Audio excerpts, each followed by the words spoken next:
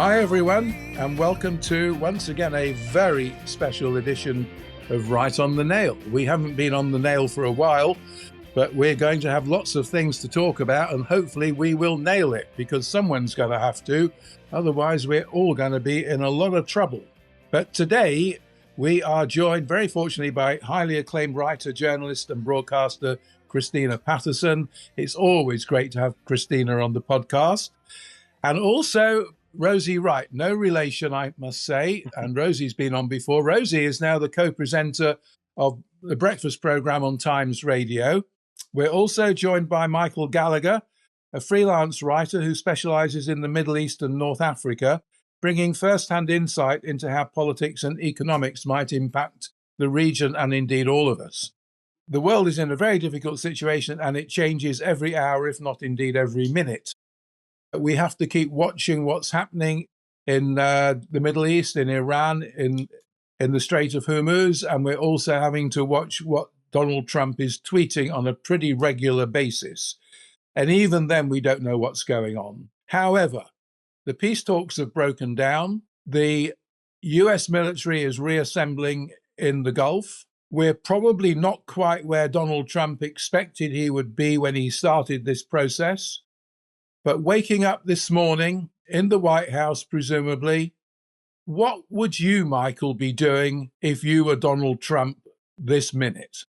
If I was Donald Trump at the moment, I think my first thing on the docket would be to fire both Stephen Miller and Marco Rubio for giving such awful advice in relation to the entire invasion of Iran and the subsequent economic ramifications that the entire global community has faced. I think what we've seen across the board, whether it's been the domestic politics side or the tariff chaos that's come over the past year, we've really seen a failure of the recommendations of all of the sort of main advisors within the cabinet to do anything notable to really affect the American people. And we've really seen serious degradation of the United States standing across the sort of global order. So I think that'd be the first thing I'd do. Well, let me jump in straight away. And you say fire these people.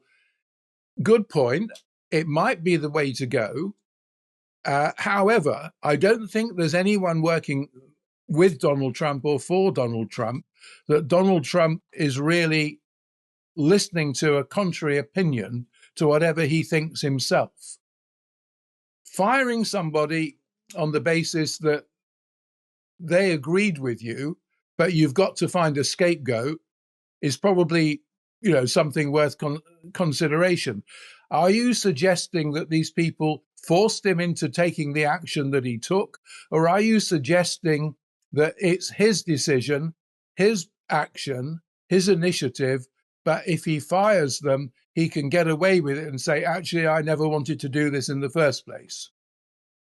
That's an excellent question. And I think you're definitely right in the assessment that he's surrounded by a bunch of people who are sharing a lot of the same thought processes in relation to U.S. power projection across the globe. But in reality, if you're looking at the framework of who to necessarily blame for, if we're taking Iran in context, we can look to Marco Rubio's comments at the very start of the war on March 3rd.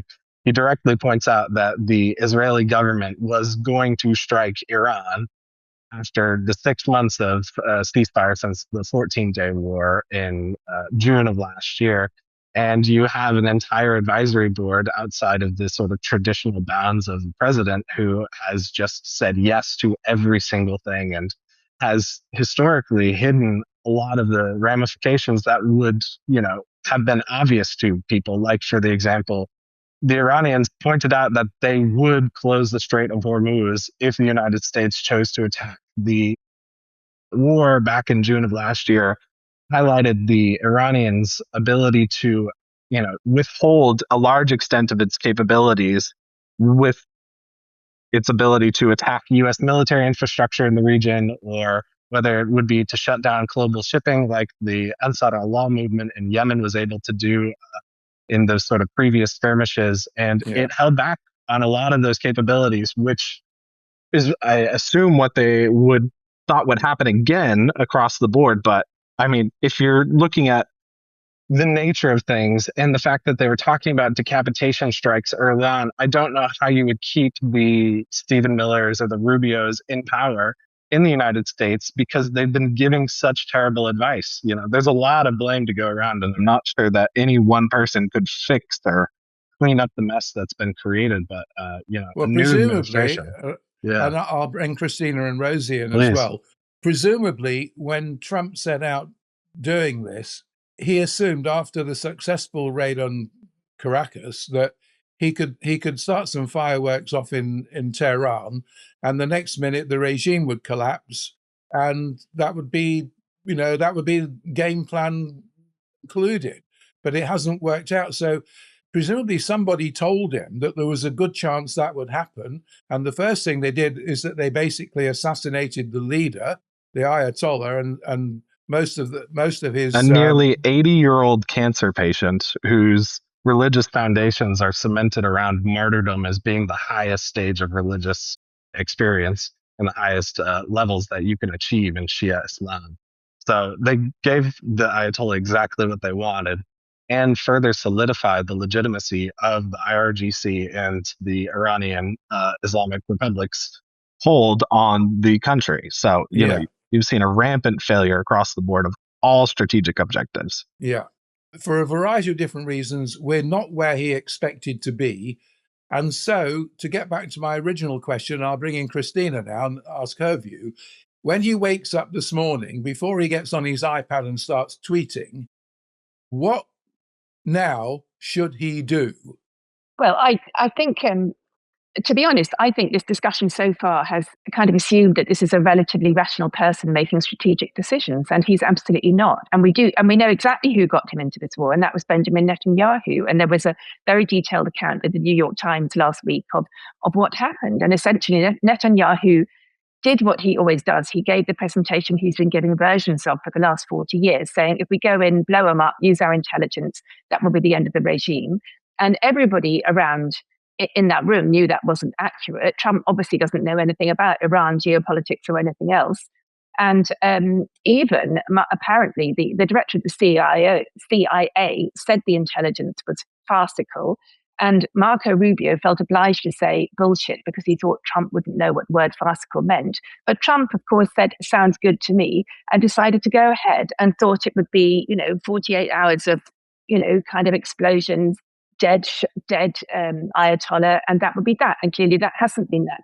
But I think the days of thinking that Trump is playing six-dimensional chess are well over. This is a man who is now, he's always been deeply irrational. He's never been a strategic thinker. To be honest, Michael, I think talking about his advisors is entirely irrelevant because he doesn't listen to his advisors. He doesn't listen to anyone at all. He gets minuscule TikTok length videos to brief him on these issues. The idea that you can brief anyone in the complex history and geopolitics of Iran in TikTok videos is just laughable. What I would do if I were Trump would say, you know what, I think even I have now realized I've lost it. And can you just cart me off to a nice clinic and we'll handle this thing in as dignified a way as we can.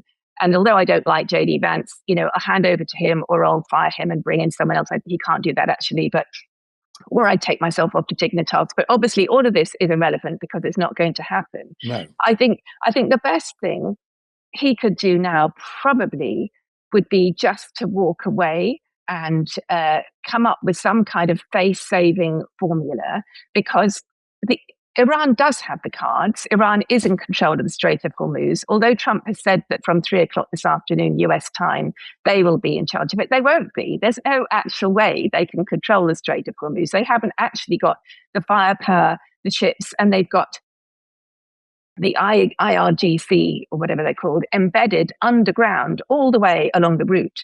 And Iran has said it's planted the whole strait with mines, which may or may not be true, but it certainly means that nobody's going to be risking going down the Strait of Hormuz. So as things stand at the moment, we have oil supplies, a fifth of the world's oil supplies choked up indefinitely and possibly permanently. There is no way out of this, but Trump doesn't have a way out of this. And his erratic threats to blow up an entire civilization, commit genocide, commit war crimes, whatever it might be, assassinate the Pope, whatever it might be, by 5:00 today, are clearly not going to make the situation better. And I think probably ultimately what will have to happen, I don't know whether NATO or European nations can make some maritime agreement with Iran about the Strait of Hormuz.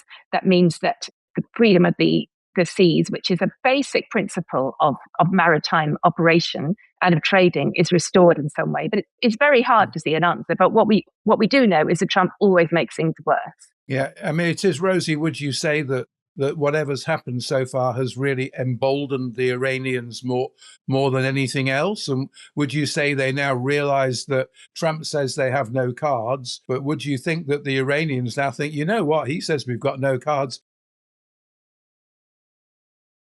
I think there were two fundamental fatal miscalculations of the US administration. And the first was the degree of pain the Iranian regime was capable of taking and is still prepared to take, far more than sort of Western countries, and I think far more than the American population will be prepared to take when their bills start changing. And the second thing is maybe they don't need a nuclear weapon if they can choke the Strait of Hormuz. And for some reason, whatever the war gaming that took place before, what are we going to do? What are our objectives here? We still don't completely understand what the objectives are. I remember back in January when Donald Trump told the Iranian people, help is on the way. And you look now at the situation that's been manifested. The Iranians can hold the Strait of Hormuz, I think, for now, indefinitely. And what can we do about it? We'll see how this blockade takes place. Donald Trump is increasingly speaking in such erratic terms that it's getting very difficult for his allies to know how to stand alongside him. I mean, at one point last week, when he said that he was going to send Iran back to the Stone Age, I naively thought we've hit a ceiling of kind of the gravitas of the terminology that the president is prepared to use. And how foolish was I to think that, because 24 hours later, he then said that an entire civilization would be obliterated. And this is supposed to be our ally.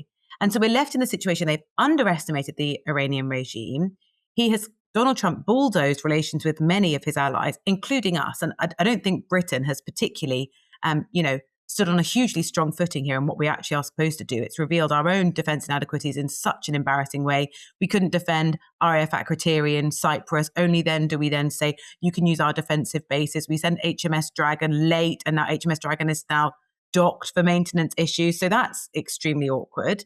And we've got our government, and I spoke to the Foreign Secretary last week, who's saying, we're convening 40 countries to come up with a plan about how to reopen the Strait of Hormuz. Okay, but what's the plan? They say it's world leading. What are you going to do? Strong words? Donald Trump doesn't listen to strong words, and the Iranian regime doesn't listen to strong words. So we are left, I think, floundering on the sides, thinking, this isn't our war. Let me be really clear. This isn't our war, but we are leading the solution to fix it. Okay, tell us, what is it? And right now, when negotiations, I think we need to take stock of the fact that it would have been completely unbelievable for them to have come to some kind of peace agreement within the 21 hours or whatever it was that they sat down. The ceasefire very, very tentatively is still holding. So we see what happens. We see what happens next. But the UK are looking on with no influence whatsoever. And do we have faith in Donald Trump and his temperament and the people around him to solve this in any time soon? I don't think we do.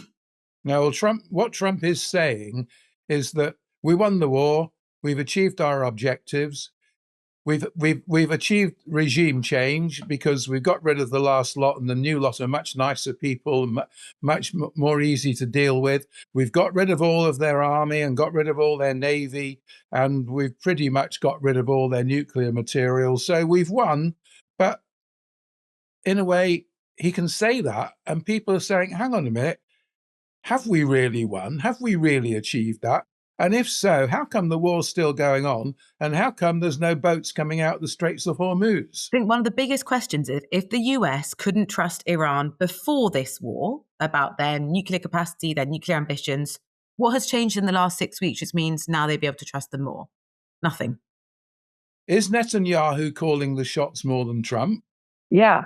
I mean, Netanyahu got us into, and I say us because the whole world is involved in this war now, and the economic predictions are absolutely catastrophic. I mean, they've already hit Asia. They've hit the price of fuel, but they haven't hit the price of food and inflation and mortgages and all the rest of it that will hit people in a way that is likely to come through, even if the war is solved tomorrow, which it's not going to be. But it's absolutely clear that Netanyahu persuaded Trump into this, and Trump, not being a strategic thinker, just thought, hey, yeah, that looks like fun, let's do it, following his Venezuela success as he would see it. And Netanyahu is refusing to play ball now. Now, I think he's been how can we get to a situation where they say we've got a ceasefire, it's announced to the whole world we have a ceasefire, and meanwhile Netanyahu says, well, it doesn't apply to me. I'm not having any ceasefire. I'm going to carry on bombing as much as I want.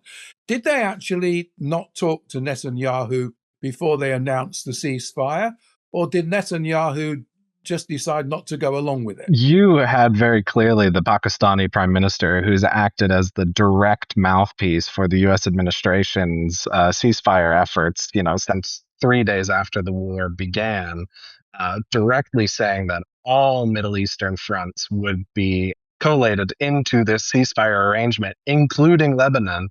And this was something that was agreed to by the Trump administration, by the Iranians, and was completely undermined by the Israelis' subsequent, massacres that were facilitated last Wednesday across Lebanon. And so, to the extent to which Netanyahu's calling the shots or Trump's calling the shots, we have a belligerent in the region who has, over the past 3 years, committed a genocide against the Palestinian people, as well as invaded southern and occupied southern Lebanon to an extent to which, we haven't seen since 2007 during the Israeli incursion then. So, we're dealing with a state in the region which receives an abundant amount of U.S. military aid, as well as British, French, German intelligence and military sharing and all of these different aspects. And one of the real things that I think we should be discussing is how the Europeans and the Western alliance in general legitimized actions like this by allowing the Venezuelan operation to take place, where Nicolas Maduro was taken hostage in his own country, to whatever extent his deputy was involved, doesn't matter. But the legitimization of these acts in the West led to this moment that we're experiencing right now. But do you think if Keir Starmer had said, don't go into Venezuela, Donald Trump wouldn't have done? I mean, he would have. Well, to what extent can we wish cast away what's already passed? But the fact is, we legitimized efforts of regime change by the United States with the Trump administration, which we know directly emboldened him to act inside of Iran. If the global community, Michael, how did we legitimize them? We weren't involved. We weren't consulted. Oh, well, you have everyone going, all these European allies saying, oh, well, we don't agree with the way that the Venezuelan operation was undertaken, but we know that Maduro deserved to be outed. You have MERS in Germany, you have all of these different state representatives not coming out and declaring, decrying this breach of international law. And now we see ourselves dealing with the consequences of the exact same behavior, which we saw. Michael, you can't say that our, confused responses since Trump took to power are the reason for Trump's behavior. The reason that European leaders have been trying to appease this absolute maniac has been to try to save Ukraine because of US strength in NATO, and without the US in NATO, which of course Trump has now threatened to withdraw from NATO, which won't be a straightforward thing to do. But you can't say that it's because we haven't stood up to Trump that Trump has done these things. He was going to do these things anyway. I mean, it's just mad to say we legitimized But what we do see is that the direct reaction to the invasion of Iran has massively inflamed the global public against the United States. And if we'd seen a legitimate reaction against what happened in Venezuela, which was completely illegal and illegitimate. Absolutely. But what has Europe got to do with that? Trump does what he likes. Trump did what he wanted in Venezuela. Trump threatened to invade Greenland. Trump threatened to take over Canada. So at what stage can these... but what has Europe got to do with... what doesn't Europe have to do with this? We're a part of a global international community. We can't influence Trump. Then at what stage can we do anything? You can't influence Trump. No one can influence Trump. Well, then, if no one can influence Trump, then what's the point in casting our dispersions towards, what could possibly be undertaken? The main things that we should be focusing on are energy insecurity that's led to these moments, the petro moment. We need a green transition in the United Kingdom and across the European Union, which would allow us to not be so deeply affected by moments like this, where a belligerent United States, led by a demagogue, has had these moments. Well, you could be right, but that's a whole new area. Let me just talk about Netanyahu again, because we started talking about Netanyahu. Is he calling the shots? Is Trump playing to his tune? And why? Is it because Israel is totally dependent on US military aid. Without US support, they're nothing. So why can't Trump say, listen, Bibi, whatever, you're not going to do that. You're going to do what I tell you? Or is it too difficult in terms of US domestic politics for an American president to be saying anything derogatory towards the state of Israel and the Israeli prime minister? Opinion is shifting in America, actually, because in the last few weeks, well, it's been happening gradually, but in the last few weeks, it has shifted. I can't remember the exact numbers, but I think that it's significantly fewer numbers now support Israel than did before. I mean, Israel is turning itself into a rogue nation. It's very hard to know exactly what's going on because Trump isn't a rational actor and changes his mind every 2 minutes. But he did make a statement to a reporter climbing onto a plane last week, saying that he was angry, and he used the F word. He's saying he was angry with Bibi for I think he said he had given them 12 hours. Goodness knows what that was about, because Michael's right. The Prime Minister of Pakistan was absolutely clear that Lebanon was included in the original ceasefire deal. And I saw documents emerging straight after the ceasefire deal was announced that made it clear that Lebanon was included. So, as always, Vance was lying through his teeth when he said there was a genuine misunderstanding. Of course, it wasn't a genuine misunderstanding. But I do think that actually even Trump is finding it hard to control Netanyahu, because Netanyahu, this is his life's work. Destroying Iran and destroying Lebanon and being in a forever war is his life's work. So he's not going to stop at anything. I think that if there is any tiny positive thing that might emerge from this, is that Israel is emerging as a rogue state. Spain has been incredibly, Pedro Sanchez has been incredibly explicit in his denunciations of Netanyahu. And ultimately, that might shift certain things, including the strength of the alliance between America and Israel. But none of this is going to happen instantly. And for the moment, we're just in a total global mess. So what you're saying, I mean, that Lebanon was definitely part of the ceasefire. And Netanyahu was told up front, that's the deal. And then he said, I'm not taking any notice of it. Yeah, he was told. And nobody, including Trump, could say, yes, you are, unless we will withdraw this or that. The Reagan administration facilitated that in the 80s. You could absolutely see this type of behavior from the United States in an instant, where you rescind military aid. They threatened to do it against the Egyptians after the Arab Spring. They would do the same thing against the Israelis if there was the political will within Washington to do so, which at current it looks like there's not. So the whole situation can't be solved regardless of anybody else whilst Netanyahu's still there. Is that right? I mean, seemingly. It looks like it. Like it. His corruption trial and the sort of evolving scandals that are sort of in the overall sphere around his government and the Likud party at the moment has led to this moment, because you need a perpetual conflict. The corruption trials, which surround him receiving payments and a whole load of other things related to his wife, Sarah Netanyahu, have been put on hold during the war. And you saw 3 days ago when the ceasefire was announced, the corruption trials were back on. And then Israel subsequently bombed Lebanon to the largest extent that they had across the entire war thus far. Are you allowed to criticize Israel, criticize what happened in Palestine, criticize Netanyahu without verging on being accused of being anti-Semitic? But who do you think would be making the accusations? Indeed. I'm not saying the government, I'm saying public opinion in general. You've seen a pretty... Sorry, go ahead, Rosie. No, say. Yeah, I mean, you've seen a pretty stark change. I've been a part of the Palestine solidarity movement for quite some time now, and there was a point in which you couldn't go on television or any sort of publicly facing forum and speak out against the apartheid regime inside of Israel without a massive amount of backlash being received. But you can see over the course of the past nearly 36 months of genocide that's been perpetrated by the Israelis against Palestinian people for the mere fact that they are only Palestinian. You can you can separate these two things from the sort of global Jewish diaspora that exists. That, whether Israel declares itself a Jewish state or not doesn't mean that it directly represents all Jewish voices around the globe. And I think it is, in fact, somewhat anti-Semitic to assume that all the decisions made by the Israeli government represent that of the opinions of the Jewish people around the world. It is not a single monolith, just like any other ethnic group.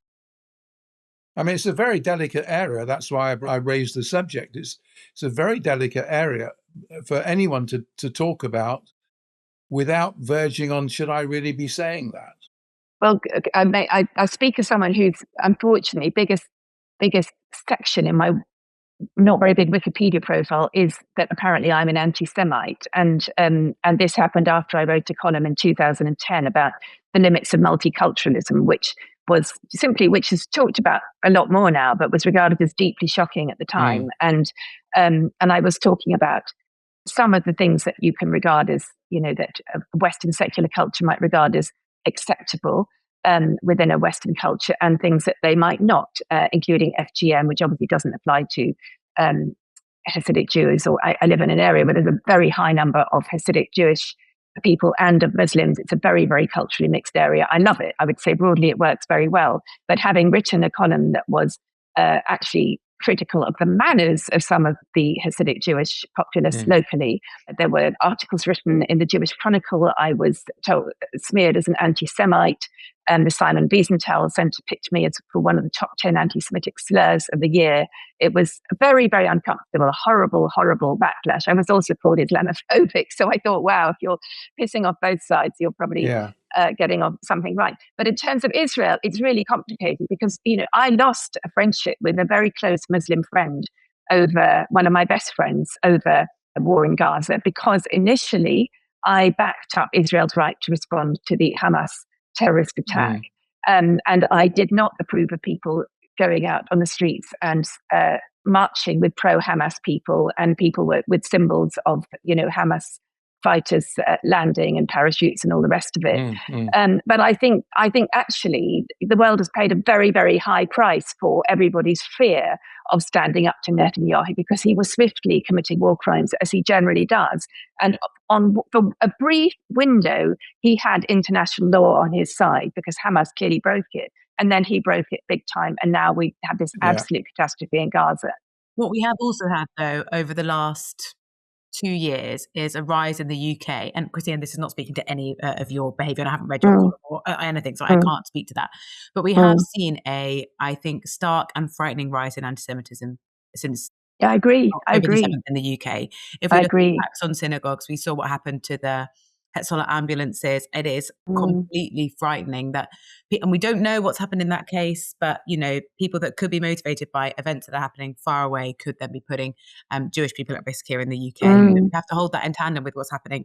No, you're absolutely right. And the trouble with conflating the actions of a singular state based in the Middle East and all of the Jewish people living across the world is that they are now direct representatives of those actions in whatever constituencies they live in across the UK or across the world, which, this conflation between the state of Israel and the Jewish diaspora that exists in the world is leading to this rise in attacks, because a lot of people do not have a nuanced understanding of the effects of, the government inside of Israel or, the Hasidic community that lives in North London.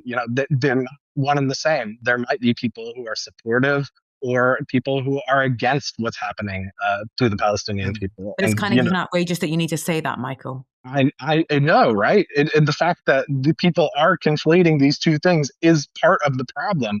If we're not able to openly and honestly discuss and criticize the actions of a state and instead are blaming it solely on the wills of an ethnic group, we are at serious risk. But I think we are able to talk about it. We just need to bear in mind, and I'm not Jewish, but having been reporting over it since the October 7th attack, it is undeniable and frightening that is an increase that we're seeing here in the UK. Absolutely. In tandem. Yeah, it's a very delicate and dangerous situation. In terms of Donald Trump, though, he's got midterm elections coming up in a few months' time. Mm-hmm. He's doing his best in terms of new voting rules and restricting postal voting, and the idea that there'll be ICE agents outside all the polling stations and so forth to try and minimize the negative effects of all of this. But he could well end up losing the House, and he could even lose the Senate. If he loses the House and the Senate, then he could end up being impeached. It's not impossible. It's all very well him continuing to say, we're the hottest country in the world, the stock market's booming, everybody's better off, I've got rid of all of these, terrible immigrants that are murdering and raping people every day and all of this kind of thing. But his poll ratings are going down. He's 37% approval. One wonders where the 37% is coming from, but that is the official number. He's got to be thinking, as much as he says it's going really well and he's winning everything, he's got to be thinking that he might have a problem, and he won't want that problem to be there in the first week of November. So what is his strategy for dealing with it, not just for the sake of the UK and the price that we're paying at the petrol pump, but in terms of the price he will pay in the midterm elections? He doesn't have a strategy. He's just blowing everything up. He's literally contradicting himself within his Truth Social messages now. And I think probably that's one of the reasons. I think he has gone into full-blown dementia now, the kind of dementia where you lose all inhibitions, because he's so foul-mouthed now. And there is a particular form of dementia where that happens. And I think clearly people around him are aware of what's happening. But I think that is part of what is feeding his completely mad behavior, is a sense of rage and frustration, realizing that he has made a mistake. At some level, he can't acknowledge it, and at another level, he knows, because the price is the rising price of everything, and the what's happened to shares on Wall Street, which is something he really does care about, apart from the inside trading, of which he's clearly a significant part. I don't think he can do anything really. I mean, he could try and extricate himself from the Iran situation somehow or other, but it's not going to return prices to normal. The sad thing is, I wouldn't put it past the Democrats to mess up the midterms, because they're just not in great shape. Yeah. So what we need is just three Republicans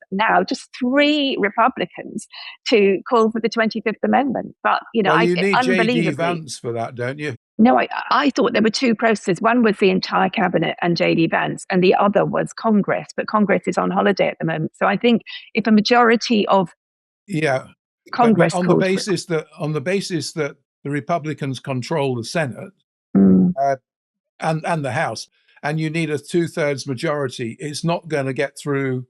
It's not going to get through Congress. So it is the 25th Amendment, and I think for that you need J.D. Vance. You need the Speaker of the House, as well as a couple and of the pro Speaker of tempore the of the Senate involved in the process. Well, where does J.D. Vance sit in all of this? I mean, he's been before we get there, I think we should say the White House would obviously deny, if they were here, that President Trump is unwell or any allegations of corruption. They would say, we're winning the war, all's going fine, we're 100% winning.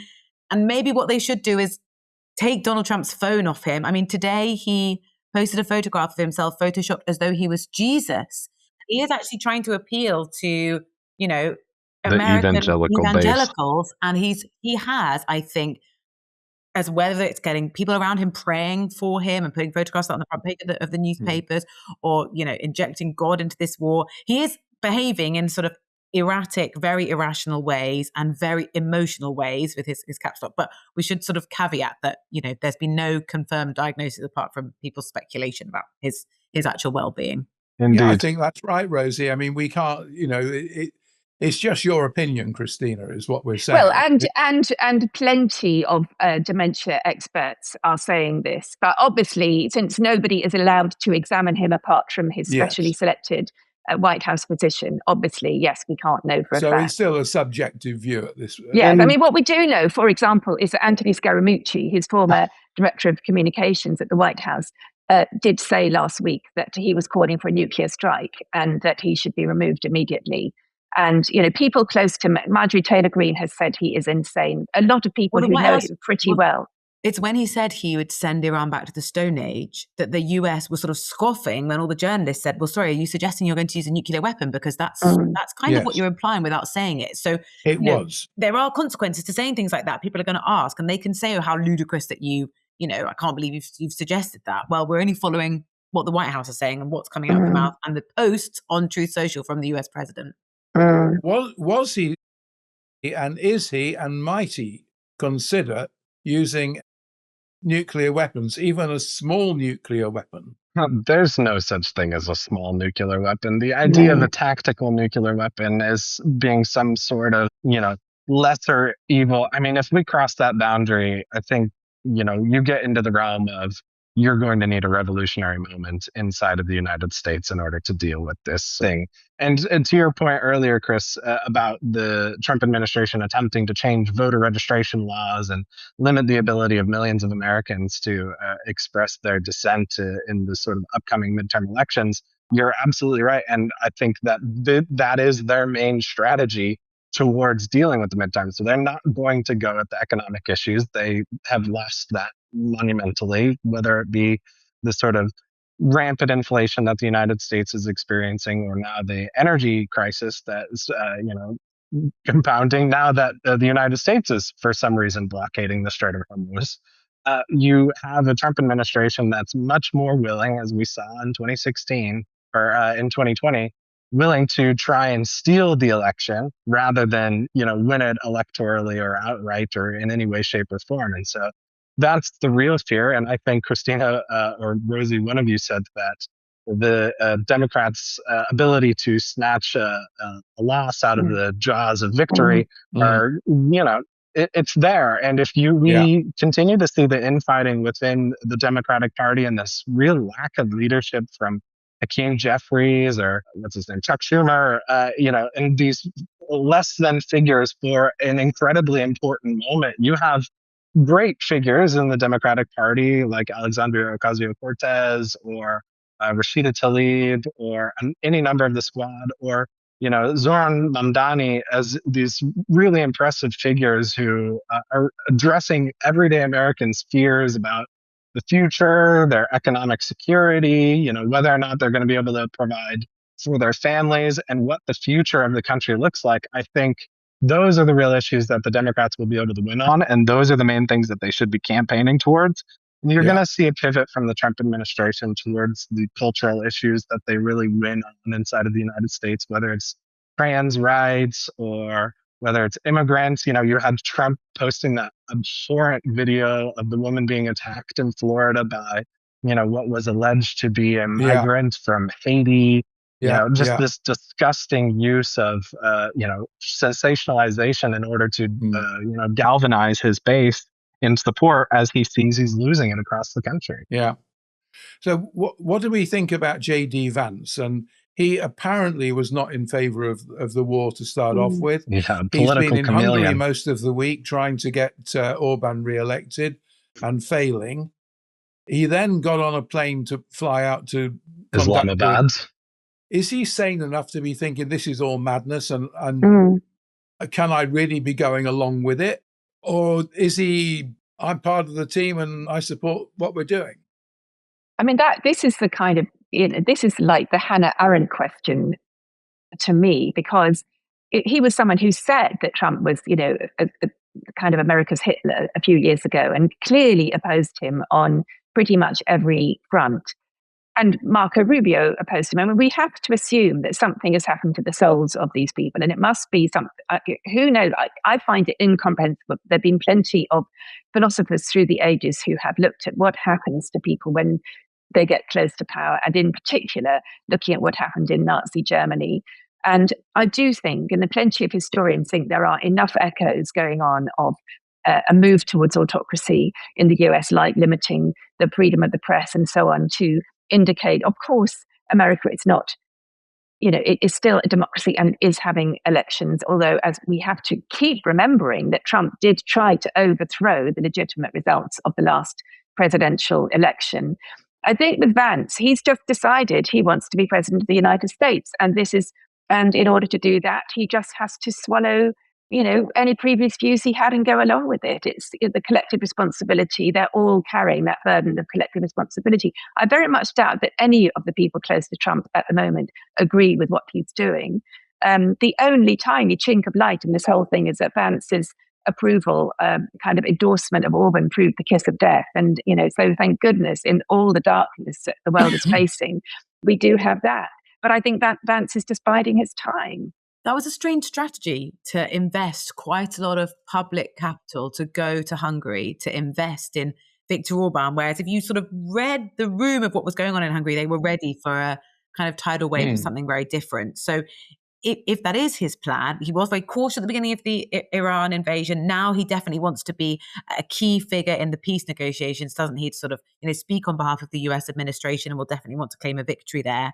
But I'm not sure he's playing the pieces all completely correctly to persuade the American public, who, if they're going to stick with a Republican government, he is the next president. There's some sort of work to do there.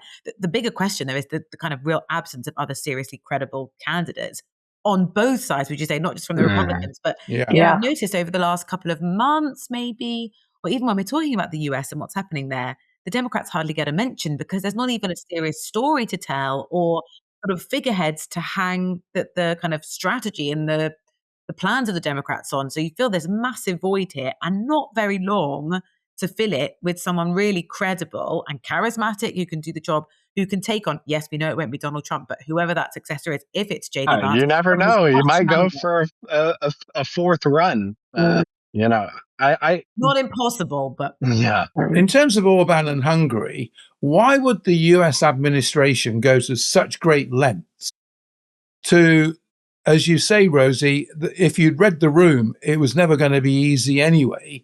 And it came down to at the end with Trump tweeting that he was going to give billions and billions of dollars to Hungary if they voted the right way. I mean, bribing them with you're going to get loads of money from me if you vote the way I want you to vote.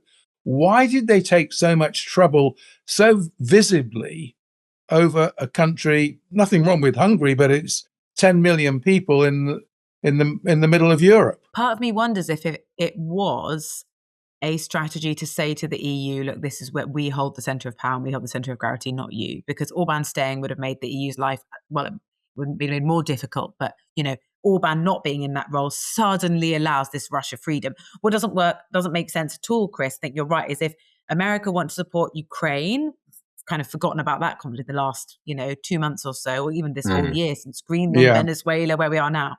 But Viktor Orban being taken out democratically means for Zelensky, this is a huge win. And isn't America supposed to be supporting Ukraine? And shouldn't Donald Trump have been saying to Viktor Orban, you have got to stop vetoing the money that is supposed to be going from the EU off to Ukraine? America doesn't want to keep funneling money to Zelensky. So the EU could have done that. And Donald Trump could really easily, I think, better have engineered that if he decided to lean on Viktor Orban. Instead, they did the complete opposite. So I have to say, I can't follow the logic of it. I don't understand the motivations of the US administration. So I think America doesn't support Ukraine. I mean, Vance very clearly doesn't, and Trump doesn't either. And I think they do. I think they do support Putin, and I think that there is this view, and I don't think Trump really knows enough or cares enough to have this view, but I think it's the Stephen Miller view and the Vance view of Sweden as this of Europe as this kind of Sweden-like in its old incarnation form of kind of liberalism and leftism and wokeism, and for some reason they've got this anti-free speech view going on, even though obviously America is the place that's suppressing free speech at the moment. And I think Hungary was the kind of bastion for them of their values of an illiberal democracy. I mean, I think Orban even called it an illiberal democracy. And so from their point of view, that's what they wanted the rest of Europe to look like. Strong men everywhere doing what Trump said and doing what Putin said, essentially, because I think we have to accept that really Trump and Putin are allies. Because of NATO, they can't actually say that, but I think they basically are. And so, it is a loss for America and it is a gain for Europe, thank goodness. And as Rosie said, they misread the room. And why go so overboard if on something that looks like it's a lost cause to start off with? You really see the result of like the Musk era interventionism, like they tried in the German elections last year in support of the AfD. The Michigan judicial elections in the previous year. The Republicans, and specifically the sort of MAGA coalitions, injections into any race has really led to a net negative for almost every single one of the candidates running. I mean, look at the Texas primary race where Donald Trump had previously endorsed the sitting candidate who had a number of scandals that were popping up, only to watch him lose in face of what's going to be a pretty monumental landslide when it comes November across the board, where you're going to see a lame duck presidency inserted. So maybe it's just and this is just an assumption, is some attempt at power projection where they can, because they're clearly losing in every realm where it matters. Now, what about his obsession with Bruce Springsteen, and now his obsession with the Pope? Why is the President of the United States taking so much time to do tweets about Bruce Springsteen and now about the Pope? Two people that are in their own communities pretty popular. I think Bruce Springsteen is it's hard to find anyone that doesn't like Bruce Springsteen. He's like the epitome of everything that's great about America. I mean, he's like our person. Bruce is our person. He's a great performer. How you go to war with him?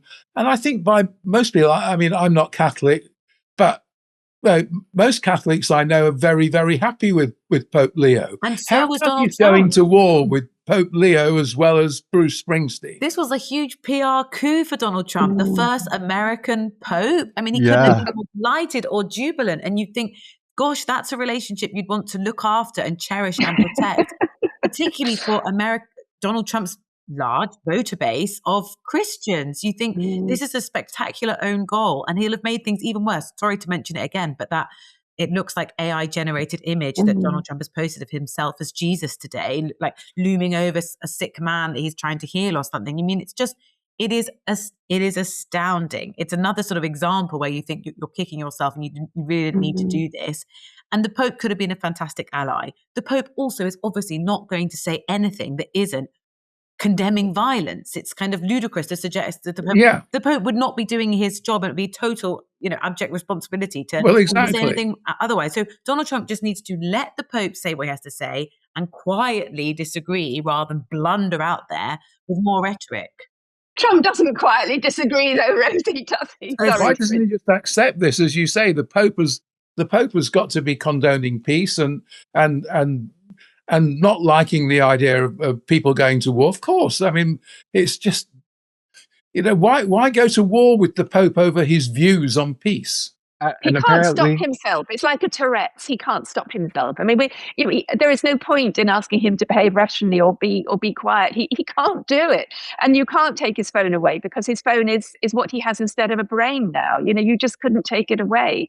This is how he runs the world, basically, with his phone and with whatever little thought is flashed across whatever neuron at that particular moment. I'm moving along from Bruce Springsteen and the Pope.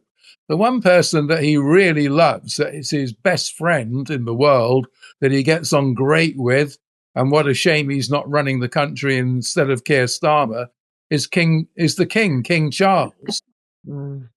They're great buddies. I mean, two peas in the same pod, presumably.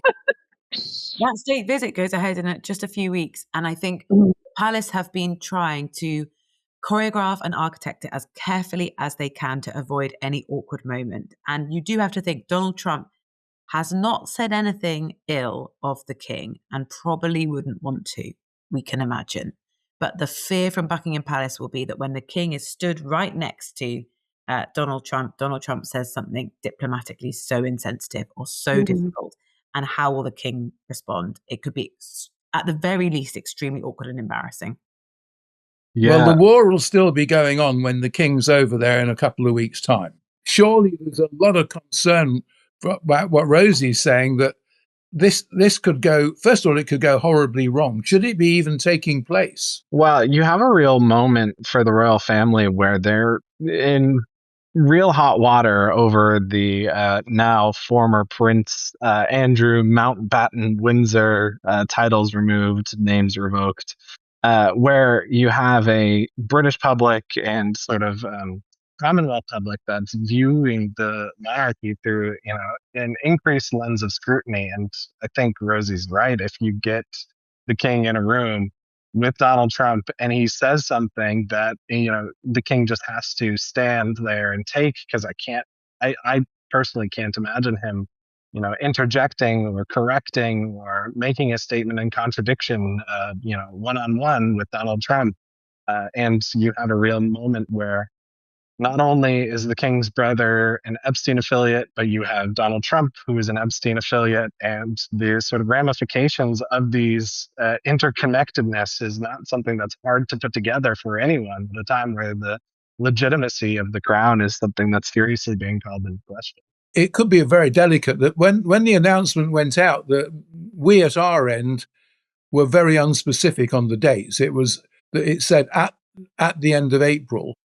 Within like an hour or two, the White House came back with 27th, 28th, 29th, with a state banquet at the White House on the 28th. Is there still some concern at our end that there may be a reason that this doesn't happen? I mean, the war is still going to be going on then. It could be in an even worse state. Could there be a reason why it's too delicate a situation that we just can't allow it to happen? No jet fuel would be a good reason to not go.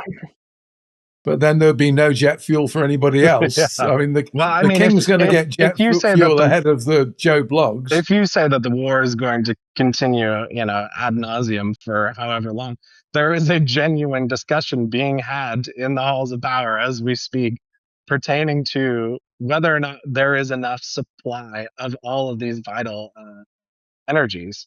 And so, yeah, I think that would be a part of the serious discussion to be had. The UK is not resilient in any sense when it comes to its energy infrastructure. Yeah, we would be in a very different situation if actually the king and queen couldn't travel. I think my understanding is that a royal visit happens on the direction of the UK government. So it would have to be a decision by cabinet, by the prime minister, to say, we think this will do more harm than good. And I think right now we want to do anything that helps aid the relationship we've got with the United States, and the king might be the ticket to help do that. Yeah, so, I me't, the government has said, one, we can't pull out, it's be too inflammatory, and two, there could be positive benefits of you going. So you're, as much as you might not think it's a good idea, and it could all go terribly wrong, the risks are worth taking because there is no alternative. Melania, why did she do what she did? Apparently she didn't even tell Donald Trump she was going to do it. It was extraordinary. We hardly ever hear from her. She's very quiet. What do we know about her apart from the children that she has and her husband? She makes very, very limited public interventions. She did once at the Russian invasion of Ukraine to appeal to Putin about the children that had been caught up in all of this. And then she put fire to the fuel of rumors that weren't hugely dominating about her relationship with Jeffrey Epstein, making very clear she didn't have one. Apparently, White House officials were just told it was happening. She made that 6-minute statement, didn't tell her husband. Who knows how he felt about it when the comments came out, because she just sort of reignited that conversation. To understand her motivations would be amazing. I don't think any of us have got the inside mind of the First Lady. No. Yeah, you said it, Rosie. There were these posts on Twitter by Amanda Ungaro, a friend of hers it's a complicated scenario, but a model friend who apparently came over on was brought over to the US on Epstein's plane by Paul I can't remember his surname, Zambelli, who's a close friend of Trump's, and Paul Zambello and Amanda Ungaro were friends of the Trumps, have been for up to 20 years, 17 years, I think. And Paul Zambelli had, I think I've got his name wrong, but he had his by now ex-wife deported. She lost custody of their son because she was deported to Brazil. And Amanda Ungaro posted on Twitter in tweets that have now been removed that she knew loads of stuff about Melania and her husband, and she was going to reveal it. So I think that may well have played a part. But who knows? We can't actually know. She is a mystery unto herself, Melania. Okay, so finally, when's the war over? When does the world return to normal? And what's the catalyst that makes that happen? Yeah, this all of us is are shaking our heads. a good guessing No game idea. for sure. No I idea. mean, if we're looking at from a lens of global oil supply, the Japanese had an oil supply of about 20 days remaining. You have oil shortages already being seen all across Southeast Asia, and calls for people to work at home. Certain license plates numbers being allowed to be driven on certain days. We have some serious economic problems that the world is starting to face. So if the war continues at pace, or, the Strait of Hormuz is not opened at its regular operational capacity, today we're going to see long-term economic effects that are much more severe than anyone's dealt with in the past 30 or 40 years. Are we still here in 6 months' time? Gosh, I don't see how. I really don't see how. Rosie? We don't know. We just don't know. The ceasefire is currently in place. We've got sort of a week and a half to run on that. I think the hope from all the nations who are taking place in those peace talks in Pakistan is that they will resume face-to-face at some point. And we will see if they can come up with a resolution. The big sticking point is going to be nuclear capacity, Iran's nuclear ambitions. We have been here many times before. Obama's had those negotiations. You know the backstory, the back history. If they can come to some kind of agreement, we may see an end to the war. But it really is impossible to tell right now. Well, there you go. We're in a bit of a mess, aren't we? Okay. I think we nailed it, but we don't know what we're doing, do we? But you've been listening to Right on the Nail with me, Chris Wright. Thank you to Rosie Wright, Michael Gallagher, and Christina Patterson for joining me. It's been a great conversation, and I hope you found it really interesting and illuminating. If you enjoyed the episode, please share it with your friends and family, and make sure you hit the follow button on your podcast app. The podcast is produced by Tom Platts at soundsapien.com. Thanks for listening, and catch you next time, by which time let's hope the world is in a slightly better position. Yeah, thank you Chris. again. Chris, thank you.